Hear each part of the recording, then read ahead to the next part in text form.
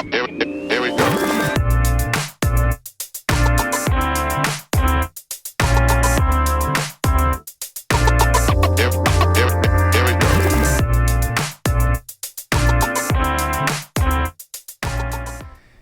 And we're live.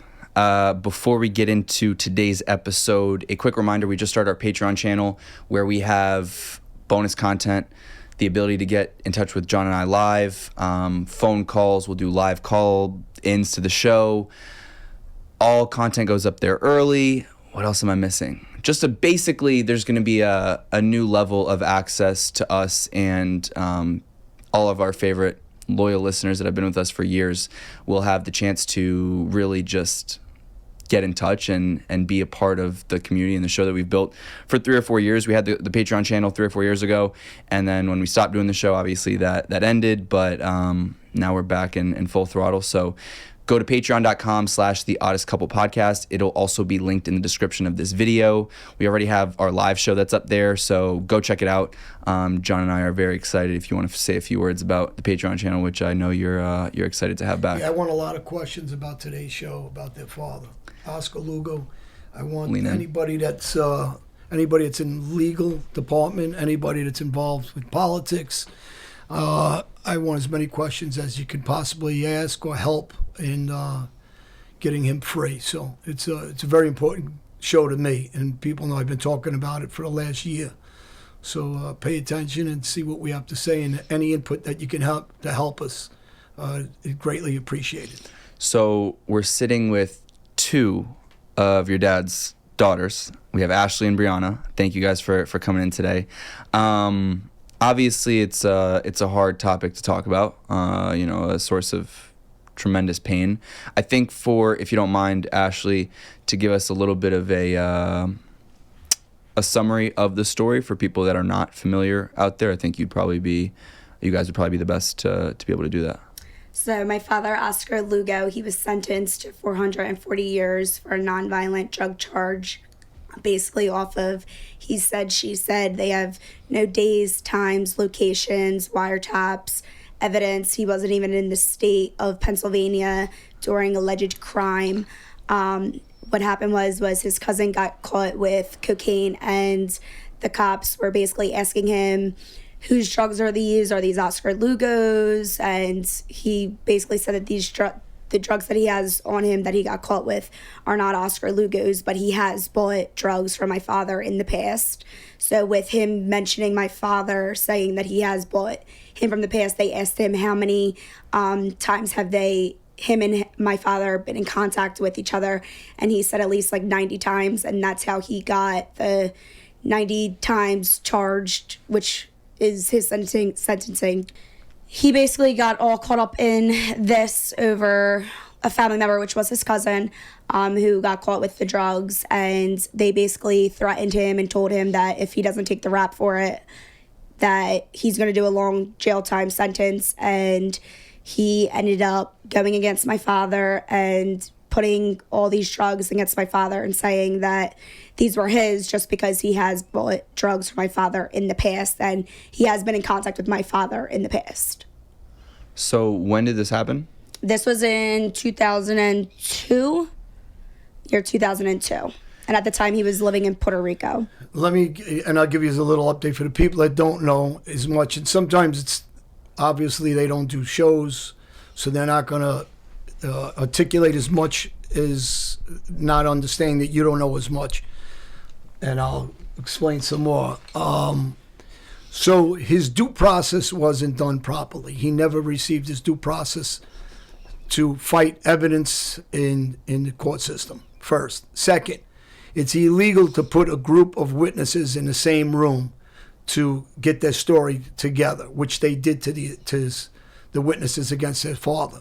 The prosecutor and the police both left their witnesses in the room to decide and talk about how they were going to corroborate their stories together. Obviously, completely illegal. The case should have been thrown out just for that. We'll go from there. So, you guys were how old at that time? I believe I was like 7, 8 years old. Yeah. I wasn't even born yet. Yeah. He actually got arrested the day I was born. Wow. Yeah, so that was 2004 when he was coming back from Puerto Rico. The FBI they were actually on the airplane and they were watching him and following him. And when he touched down to here, after everyone got off the plane, he already knew that they were following him, and he already knew that like that was it. Like he wasn't gonna run from them anymore. So he came over here to come see his daughter Brianna be born, and during that process, that's when the FBI ended up getting him from the airport. Now, the FBI dropped his case, for the people who don't know. For the FBI to drop a criminal case against anybody, they felt there was no evidence. They thought it was frivolous.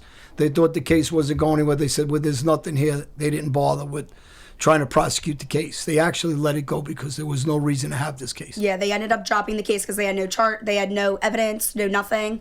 And then that's when the state, Pennsylvania and Delaware, picked up his charges and ended up charging him 2 times for the same crime, which is why he has that enormous sentence. Everyone's like, how does he have 440 years? It's because they picked up 1 charge and doubled them, which is double jeopardy, which is another thing that we're fighting in court. So now we have your dad. Hello? Yeah, you're on speaker, you're live. Let's put it. Put it in your mic. Put it in my mic, okay. All right.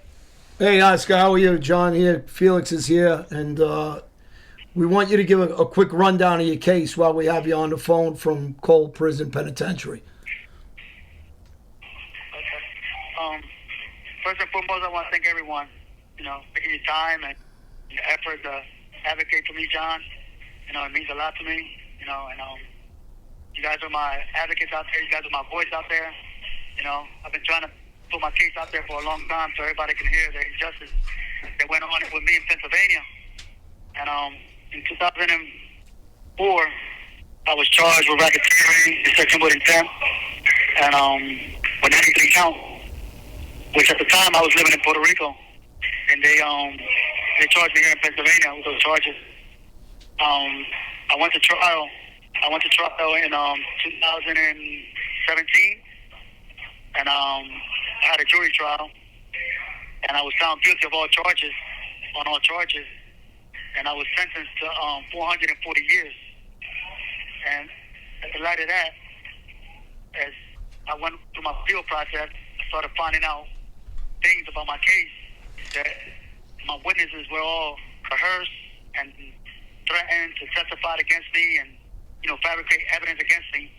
And as, I kept on doing research and looking for information about my case, and I started finding my court dockets, and I started seeing all this evidence on there.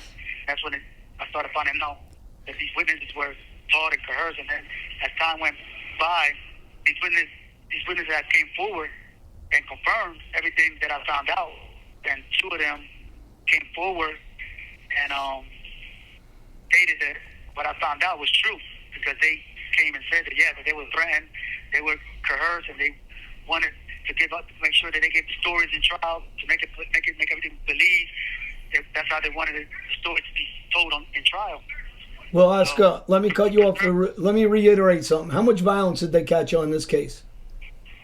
None. No violence whatsoever. No violence whatsoever in this case. How many weapons did they receive? AK-47s? Anything did they confiscate anywhere? No weapons. No weapons.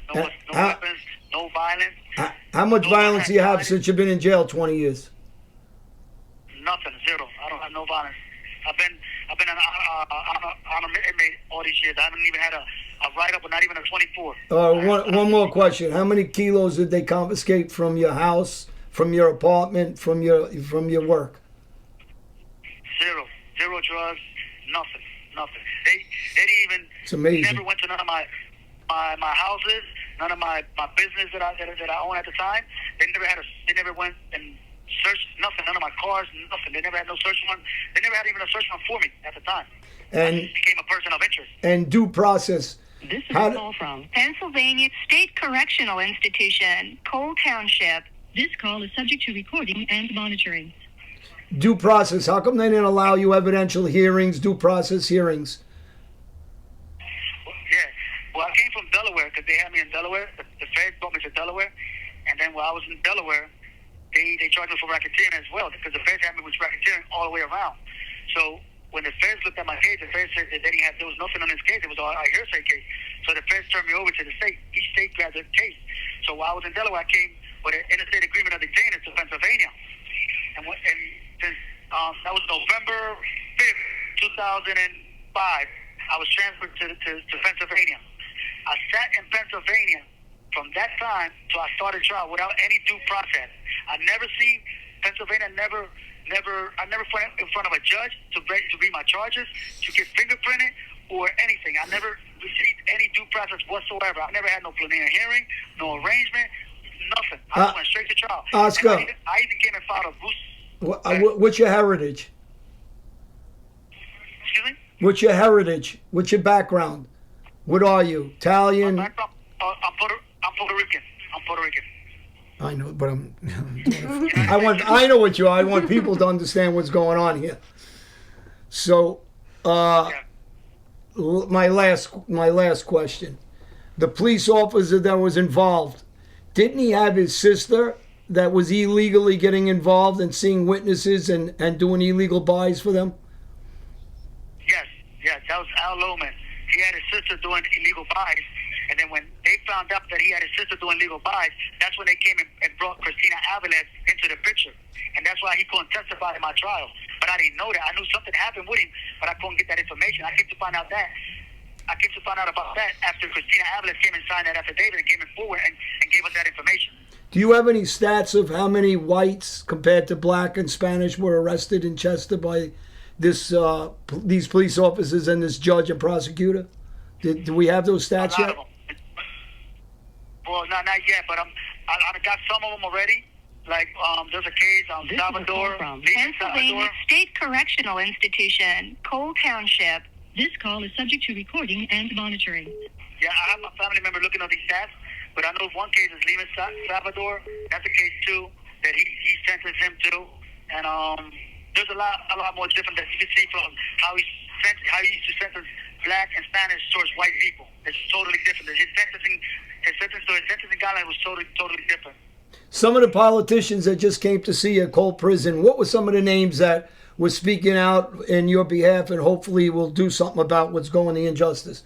Do you remember some of the names? Well, I spoke to Austin Davis, the lieutenant governor from Pennsylvania, and he advised me. He was surprised. He was shocked to hear my sentence, and he just like he wanted me to repeat it again and how much time that I received in Pennsylvania. So I repeated it again that I had 440 years of this, that the state of Pennsylvania gave me 440 years. And out of his own word, he said, "Can you repeat that against me?" And I did. And he advised me to go ahead and file commentation, and if I still have my appeal, to still, continue with my appeal. But he advised me to do that. And then the Senator Camaro Barletta as well, that you personally talked to her as well. I talked to her. I talked to the former lieutenant governor. Oh my God, I can't remember his name right now. I talked to an attorney, Terry Heimbar, as well. Okay. There was a couple people that was there that I can't remember offhand right now. I think I wrote them to you. Yeah, you wrote them. I just want. They were just shocked. They were just shocked. They were just shocked when they was going around the room. They were just already knowing, like, there was this guy in here with 440 years. They were wanting to find out who was that guy because they never heard no such thing like that. Do you know how many years El Chapo got between all his murders, all the drugs, that thousands of kilos that were sold around the world? Do you know what his sentence was? Yeah, Joaquin and Chapo just received 125 to life in prison. I just want people to understand. I want people to understand the injustice of what they're doing to you, out of vindictiveness and out of racial despair. That's the only difference. If somebody wants to know if there's something that's going on in this country that needs to be fixed, you're the first case that they should be brought up. Obviously, with no violence, no kilos caught, no guns, no AK-47s, no murders, no sort of violence at all. The federal government dropped the case because there's no evidence. They thought it was nonsense. And yet you're sitting in a jail for 440 years, not seeing your kids and your grandkids. Hopefully some of these people that came to the prisons, the political people that saw you and gave you some hope, they're going to do something about it. And the more people that are watching this, listening to this, please contact your Congress people, Assembly people, senators, or anybody else in Congress about the injustice. Hey, Oscar, Felix here. I have a quick question. How do you, from psychologically, right? And we're here with your beautiful family, and they obviously love you so deeply. How do you, maintain hope through this whole process every day? Well, it's like a wound. You get used to carrying it with you every day. It never heals, but you just get used to carrying it, and that's how I've been. And it's hard at times because I see my kids. I left my kids when they were little kids. I left them. They were babies. My one daughter, Brianna, she was born the same day I got locked up, and now she's a grown woman. My daughter, I left her at 7 years old. Ashley, I left her at 7 years old. I got grandkids that I haven't even had a chance to play with them. And my other two oldest daughters as well, Natalie Lugo and Elena Lugo. I got 4 daughters, 2 grandkids and 2 granddaughters, and I left them as little girls, and now they're grown women. And it's been hard for me because it's frustrating seeing the years go by and seeing my kids grow up, and I'm not being able to be there with them and help them out. And guide them, and it's just hard at times. It's frustrating. And it just it hurts a lot. It hurts. And I've just been blessed that they have grown now to be the person they become, and are there to help me out now, because the only hope that I had was waiting for them to grow into the woman that they became to be able to help me out and be my voice out there, because at the time I didn't have nobody. You know what I mean? So now they're the ones that gotten to where they are right now and being my advocates out there. Yeah, and here I'm going to pass you to John for a second. Make sure you put it close to the phone. Oscar, so Yes. you're in a special unit. What's that? Why are you in that special unit right now? I'm in an honor block, because of my behavior, and I'm not a trouble to the institution. My record, and I'm in an honor block right now, but but it's all long term. People that got a lot of time, so I'm in this honor block right now. But you're in an honor block. I've been on an honor block. I've been on an honor block since the beginning of my sentence, because they seen that I was never been a threat. I've never been what they said I was. You know what I mean? Well, I've really been in, you're in an honor block since this case started. You have no violence since then, and you're exemplary to the prison system, to young inmates. I'm just trying to understand why more people haven't come out and advocated to free you at this point. Do you have any ideas why nobody has come forward in the government? I don't know. I question that myself sometimes. I'll be like, how somebody don't see that? How can someone receive 440 years and not see that there's an injustice there? There's something wrong there. And if they can look at my background, and they can look at my family, and they can see this. I'm not the person that they I don't think I deserve to die in here for a nonviolent drug case. There's guys in here, they got violent case, and they paroling them and releasing them every day. And I'm like my case, I'm like, it just confused me. It's confused. It's like in Pennsylvania, you get more time for drugs, and nonviolent drugs than for murder. Yeah, I want to put your daughter Brianna on for a second, and let her say a couple of things to people that are listening.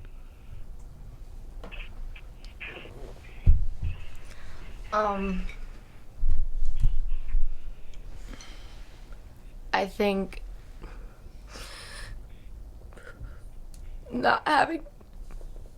growing up and always just seeing these picture perfect families, or seeing friends with dads in their life is a beautiful thing, and to not have that hurts. And to have my mom and my sister be mom and dad for my whole life is a blessing, and being able to at least still know my dad and at least get that 15 minutes on the phone. It's not the same, but it's the best I could get. So if I could take that, that's what I want. Right now I'm going to school to actually be a lawyer in the future, to end and fix the system, try my best to change whatever I possibly can, help these inmates with these sentences come home to their families, to not deal with the pain me and my sister had to deal with. it's just really hard to just keep pushing through day by day without my father home. It's hard. And to get an email from him brightens up my day, and that's all I can really... Oscar, are you able to call back? I gotta wait half hour. It's gonna be hard for me. All right. It's just time. All right. Everybody sends their love, the best. I want to thank everyone. Thank everyone and for believing and trusting in me. You know, I'm lost for words right now. I just want to thank everyone. You know, it just means so much to me. Thank you, John. You're welcome. We'll talk to you later. Thank you. Okay. All right, love you, bye. Bye. Love you guys. Love you. There's actually not an excuse. There's actually not an excuse that anybody in a political government position should have at this point with this man's case. Not because his daughters are sitting next to me, not because it's your father. There is absolutely no reason he should be in there this amount of time. And somebody in the political field needs to come out, speak up, and have him an immediate release. Whether it's the governor of Pennsylvania or somebody else, whether it's the president, somebody needs to release this man. There is no danger to anybody in this society, within the prison system, outside the prison system. For him, there's no reason he's in there. When you're talking about El Chapo and what goes on around the world with a 125-year sentence, with all kinds of violence, murder, mayhem across each country, this is a local guy that was never caught with any kind of drugs, with illegal activity done within the police department, the prosecutor's department, putting witnesses together. This is the most incredible case I've ever run across, and that's why I haven't let go of this case, and I won't let go of this case. As someone who was in the system for so long, I mean, even if we can't understand the why, what's your best guess as to why this is the situation? From a purely legal standpoint, like, you think it's just a complete abuse of power, and racial abuse of power, racial. It was definitely racially motivated. Corrupt police officers that ruin it for the good police officers. A system in Pennsylvania that is known to be corrupt. Is it one of the worst? One of the worst. 58 or 60 something of corrupt that are locked up. Actually locked up. The politicians themselves being arrested, and egos that they will not admit that they did wrong in so many ways, and they're trying to bury the case so this doesn't come out. And the more they try to bury it, the more we're going to bring it out. It's not going to get buried. This man has no business. He doesn't even have a ticket in jail, meaning what we call a shot for doing something stupid, for bringing food in to his unit from a kitchen. He has nothing. Not as a younger guy, he didn't have anything till now, with no evidence at all. And the worst part of it is that when they put these guys, it's like us being in a room right now. Right. Let's get our story straight. Once that was done, this case should have been tossed by that judge. What have you guys been in touch with the Innocence Project at all? I have, yes. And any movement? I spoke to them, but they've reached like certain cases that are specific at the time. And when I did reach out to them, they weren't really doing what I think they're doing, like parole or probation, and my dad doesn't have that. I see. But I did, some of these organizations, they meet specific like guidelines, and there has to be like some eligibilities that an inmate has to have, and unfortunately he doesn't have any of that. I see, because there's we'll talk after. There's a guy from the other podcasting, the main guy at the Innocence Project. Maybe he's the higher up. We could try to put them in touch, but you have every witness that was against them. I believe almost every single one of them, if it isn't every, recanted and said that they were forced and lied and were told to lie and threatened if they didn't lie. This isn't just testimony where a lot of times these prosecutors bring you in and they debrief you and you give information and you talk. This wasn't the case.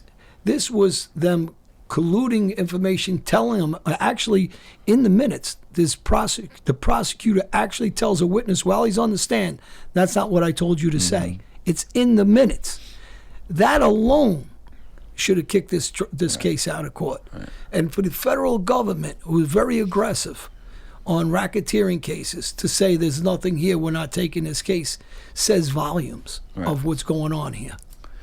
For you guys, are you guys able to visit him ever? Yeah, after COVID, before COVID, they like stopped doing visitings. But after COVID, like kind of like slowly started dying down, we were able to go back up and start visiting him. It's only about like up to like 2 hours. From where he is from us, it's like 4 hours. So I mean, we go try to see him as much as we can.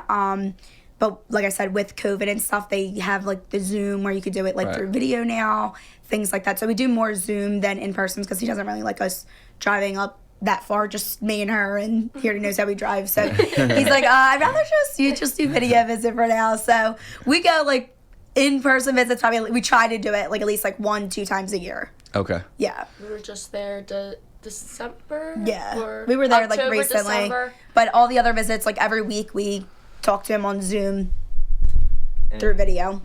And Brianna, for you, you know, what if there's other people out there watching that, you know, have, I guess, I mean, both of you similarly, most of your life for you and for you, I guess, your entire life, been in this situation, what have been some of the best coping mechanisms that you've been able to find that give you some peace? I would say talking about it. Don't try to keep it all in, because it's never, it blows up eventually. Right. I used to always blame it on me. Like, I would always talk to my sister and be like, I believe that if I wasn't born and he was coming to see me, that he would have still been home. And I would have never taken my father away from my sister. Like, that's how I used to think about it. And Ashley sat down and talked to me and was always like, it would have happened regardless, just because of how corrupt the system is. So I would say just keep pushing and fighting, because it's all up to God, really. God will bring him home. So just keep praying and push through. And for you, Ashley, what some of those conversations that you had with Brianna, what do those look like exactly? Well, when she told me that, I felt like so guilty, just because I don't want her to think that just because she was born that that's why my father went in, you know. It's not her fault. He wanted to come here, see his daughter be born, as any father would, you know. At the end of the day, they were going to get him. And at the end of the day, no matter how far you try to run, if they want you, they're going to get you, whether you're right or wrong, whether they have evidence on you or not. You know, and people are like, oh, like, you're against police. I'm not against police. I'm not against any of that.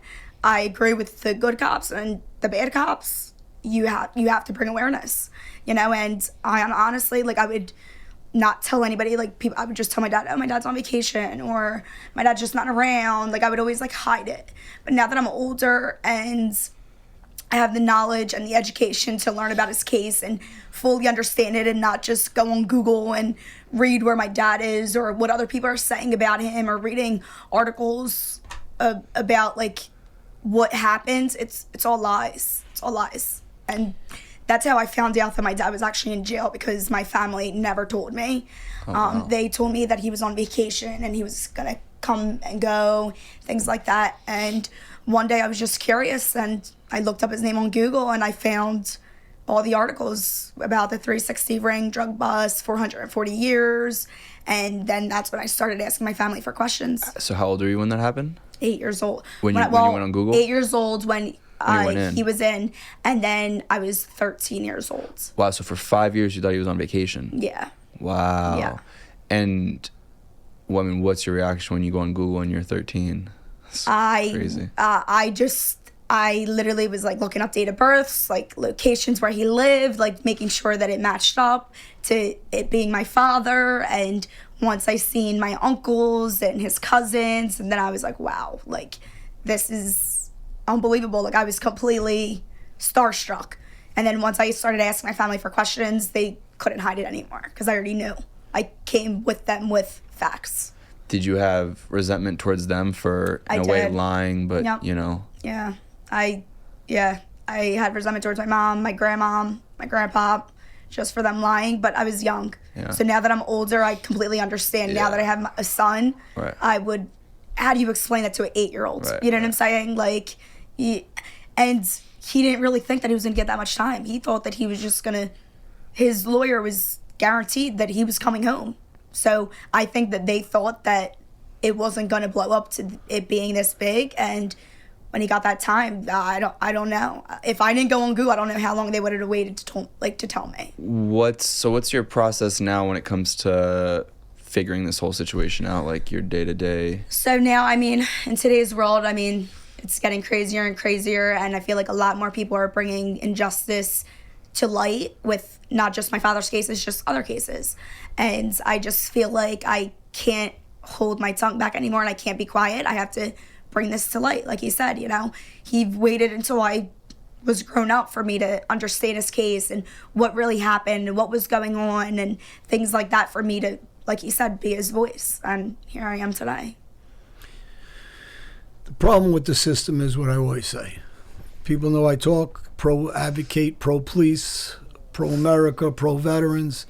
But the problem is when you have an unjust system like these police officers, prosecutor, and this judge in Chester, and they abuse the system, they ruin the system for everybody else that believes in the good police officers. They completely destroy when somebody like myself says, I believe in pro-police, when they're actively doing a job and not being biased and prejudiced towards it and inventing evidence and charging someone with actually, even if he was guilty, it's a 12 to 14-year sentence.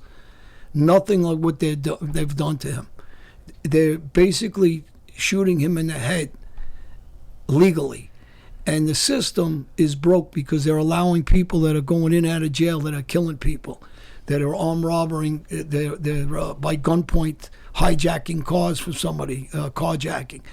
These are the system. The guys like him that are family-oriented, no violence, nowhere in his history, and you're keeping him and you're locking him away for 440 years because of your own personal prejudice, your own personal goals of whatever you try as a police officer or as a prosecutor. And all the police that are out there should be angry at cops like this, should be angry at the system. And those politicians, those lawyers that are out there should look, and hopefully somebody out there with a good heart wants to take this case on and look at some of what's going on here. So what did the lawyers say now? So right now, we're waiting to file a second PCRA with newly discovered evidence. What's a PCRA? Basically. Yeah, I don't really know. I know. So our lawyer filed the first PCRA, which was denied. Basically, we're arguing about effective counsel, double jeopardy, recantation, things like that. They denied that. They don't really want to hear it.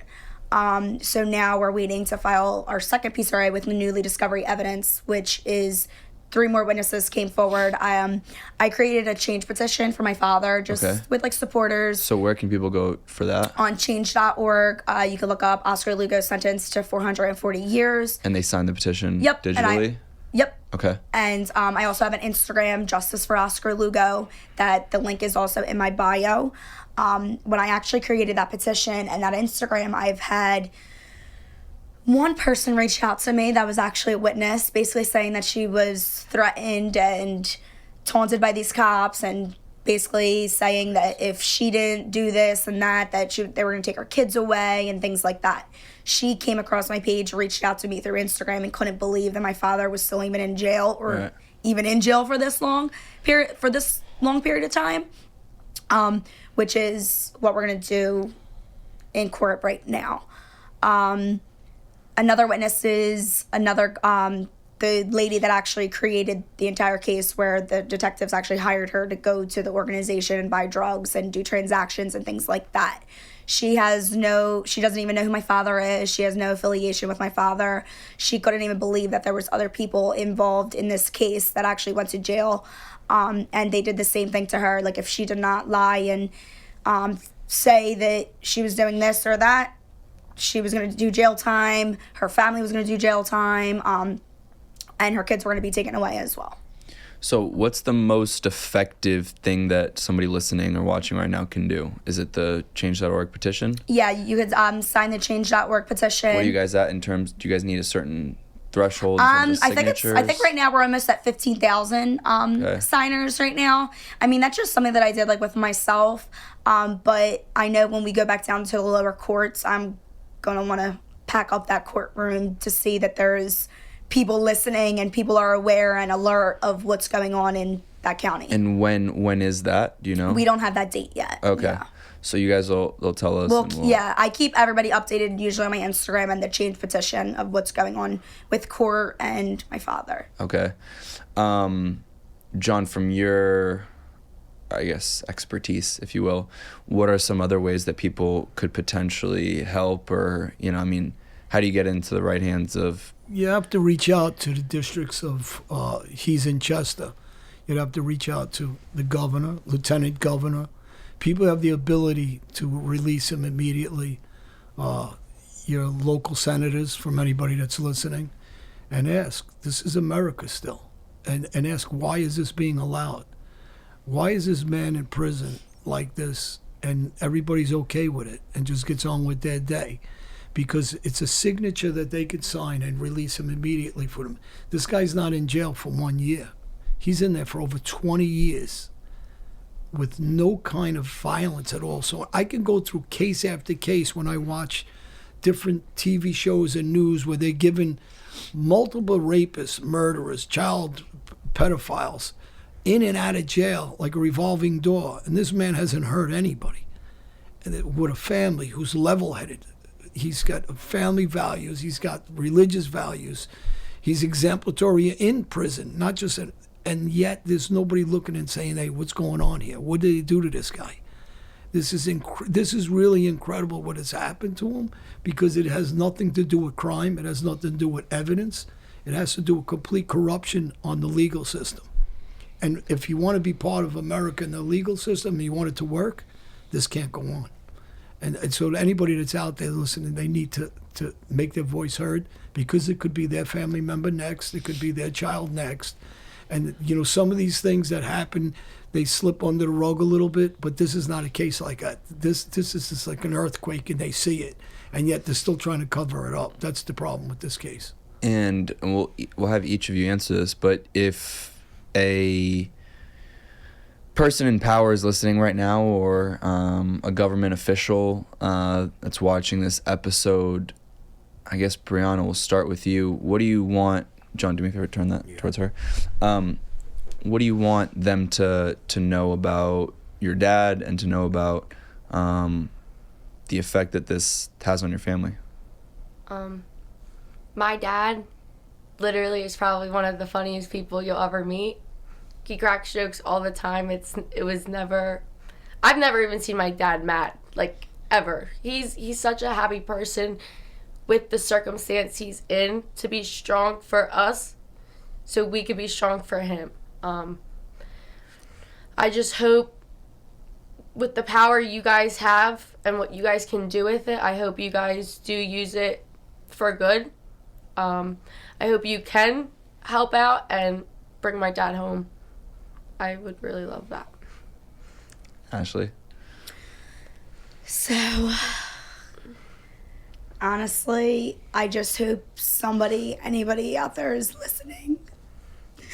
It's been 20 years that he's been in there, and I know he's scared to die in there. I know he is. He's basically buried alive, and he's not going to live to do the 90 minimum sentence that they gave him, so that's not realistic.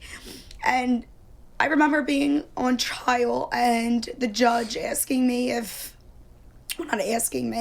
he was basically telling everybody that my father was a menace to society and he needs to be in jail and things like that. And the judge himself even asked me if I thought my father was a menace to society. And I mean, it's plain as day. It's black and white. He's not a menace to society, like it's right there. Like, I don't know if someone has their hands involved with it still. Like, I don't know. I kind of think a little bit crazy, because I don't really trust people and trust the things that people say. So I don't know if, like I said, if they want you, they're going to get you, and they're going to do anything in their power to keep you in there if they want you. So unfortunately, with the circumstances that we're in, the judge, he definitely was racist. He allowed the KKK parade in front of the courthouse. I mean, that's plain as day. It's all over. He even made a commercial basically saying that he was the king of Westchester. Like, he definitely is abusing power. He definitely is abusing other people's lives and basically taking away these adults away from their families, and they're not what he's saying that they are, you know? So I just hope that anybody is listening out there and is willing to help my father, my family, to bring him home, or honestly, like, even just to get a new trial with him. Like, we would even be grateful just for a new trial and just to go back down and explain it to maybe a new judge, and maybe they like can open their eyes and open their ears and see that it's in black and white. Everything is right there. There is no secrets there. We're not hiding anything. We're not lying about anything. They didn't catch him with anything. There is no evidence. Like, this is all he said, she said. Like, if we could go to jail over he said, she said, then that's just crazy to me. Just crazy. They're not capable of bringing a new trial. They know that. The system knows that. There is no evidence to bring a new trial. That's why the federal government didn't take it. They concocted the whole case. There is no way. If they came in with a new trial, they'd have to drop it and just plea it back out to time served to save face within their district, their government of Chester. So that's never going to happen about a new trial. They don't have the ability to take you to trial again. And I don't think there's anybody that's around at this time from back then that they'd be embarrassed. They would hurt their career. They'd hurt their reputation to bring something as corrupt back in. I also feel like they're also scared to open up this can of worms if they do agree with us and say, oh, wait, this case, there's something wrong in here, you know? Whoever that person's going to be, I hope you're out there, and I hope you do say something and you go against maybe your coworkers or friends, whatever it is, and just make it right, you know? Just make it right. I mean, I think he's did enough years, 20 years, for no crime and catch nothing. I mean, what else do you want from the guy, you know? At the end of the day, the truth will always come out, regardless, God forbid, if he's here or not, it'll be brought to light. People can go to change.org. Yes. Search up your dad's name, Oscar Lugo. They can go to the Instagram, Justice for Oscar Lugo. John and I will obviously promote that everywhere, and we'll. There's a lot of things too that we can probably think of. For people that know, when she was speaking about some of the witnesses that recanted, that spoke to a woman. I spoke to a lot of these people. I spoke to the senator. I spoke to her office. So I'm very aware that they know that this case is completely illegal, and I think the only thing we could do is just keep asking everybody to keep ringing the phones and ask for justice. I want to thank you guys for coming on today. I know this is not easy at all. I know that, and I'll give John the final word after, but, I know we're praying for you guys, praying for your dad, praying for your family, and we're going to do everything that we can to bring light and attention. And I think this today is a good first step. But you have our support, and hopefully we can make some change soon, and I'll let you have the final word. I talk to your dad, you guys know, on a regular basis now, and I write him, he writes me, and me losing my daughter, I know the pain he's going through not having his daughters. So that's the biggest thing people don't realize. It's not jail, it's the loss of family and your kids. So remember, anybody who's watching this, what this torture is for him and for them, and try to reach out and help out. Thank you, everybody. Appreciate that. Thank you. Thank you for having us. Yeah, of course.